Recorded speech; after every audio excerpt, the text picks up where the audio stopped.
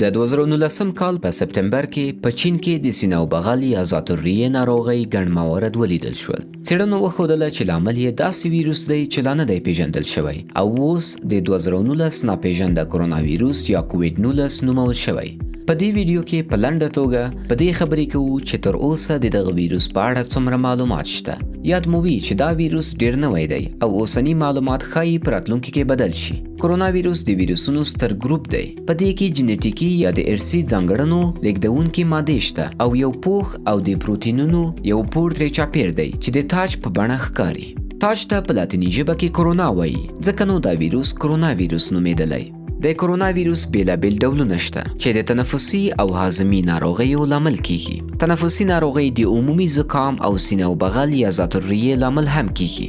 په ډیری خلکو کې نښې معمولا ساده وي، خو د کرونا ویروس داسې بڼې هم شته چې د ډیرو سختو ناروغیو لامل هم کیږي. یو یې هم د کرونا ویروس سارس یا سخت حاد تنفسي سندروم دی چې لومړی ځل په 2003 کال کې په چین کې ولیدل شو. بیا د کرونا ویروس د منځني ختیځ کې تنفسي سندروم دی چې لومړی ځل په 2012 کال کې په سعودي عربستان کې ولیدل شو. د 2019 کرونا ویروس لومړی ځل په 2019 کال کې په چین کې ولیدل شو. دا لومړی ځل په هغو کسانو کې ولیدل شو چې سینه او بغل و او په ووهان کې د سمندري خوړو او ژوندیو حیواناتو له مارکېټه ورغلی و. له هغې وروسته له ناروغو کسانو نورو ته خپور شو، لکه د کورنۍ غړو او روغتیایي کارکوونکو ته. له هغې راهیسې دا ویروس تقریبا ټولې نړۍ ته په ډېرې چټکۍ خپور شو او لا هم خپریږي. خو دا ویروس له کومه شوی؟ داسې معلومات شته چې دا ویروس په ځینو حیواناتو کې څرخي او له یوه بل ته ځي، خو ځینې وخت دا انسانانو ته هم ځي. دا ګڼ لاملونه لري، لکه د دغه ویروس تحول یا میوټیشن یا هم د انسانانو او حیواناتو ترمنځ د اړیکو ډیریدل. د بیلګې په توګه دا معلومه شوې چې مرس له اوښ څخه انسانانو ته لیږدېدلی او سارس ډول یې هم له ساویټ پیشوګانو انسان ته لیږدېدلی. د 2019 ناول کرونا ویروس سرچینه لا معلومه نه ده. څرنګه له یوه بل ته لیږدي لا هم بشپړه معلومه نه ده. خو تنفسي ویروسونه معمولا د ساه کښلو او هوا له لارې ځي، معمولا په داسې ډول چې ناروغ ټوخیږي یا پرنجیږي یا هم په ویروس ککړ یو بل څه یې د لیږد لامل کیږي. هغه کسان تر ډیره په دغه ویروس د اخته کېدو له ګواښ سره مخ دي چې له حیواناتو سره ډیر سروکار لري، لکه د حیواناتو د مارکیټ کارکوونکي او هغه کسان چې د ناروغ کس پالنه کوي، لکه روغتیا پالان او د کورنۍ غړي.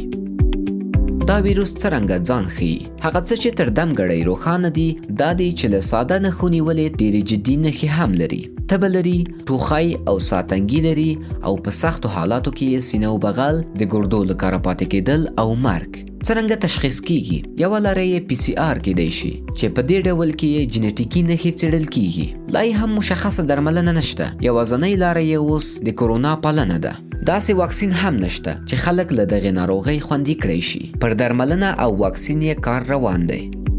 څرنګه یې د لیږدېدو مخه نیولی شو؟ د حفظ الصحې یا روغتیا ساتنې ځینې معیاري اقدامات شته چې له یوه بل ته د لیږدېدو په مخنیوي کې مرسته کولی شي.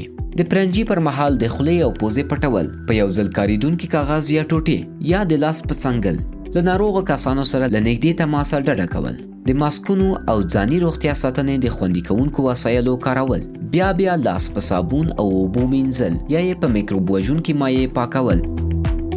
د جلوې میډیا درنو لیدونکو، دا معلومات د کرونا ویروس 2019 ډول په اړه د دغې ناروغۍ د خپرېدو په لومړیو کې د روغتیا نړیوال سازمان خپاره کړي. په دې تړاو تازه معلومات، څېړنې، بدلونونه او روزنیز معلومات زموږ پر یوټیوب چینل او اړوندو ټولنیزو شبکو او همکارو رسنیو موندلی شئ.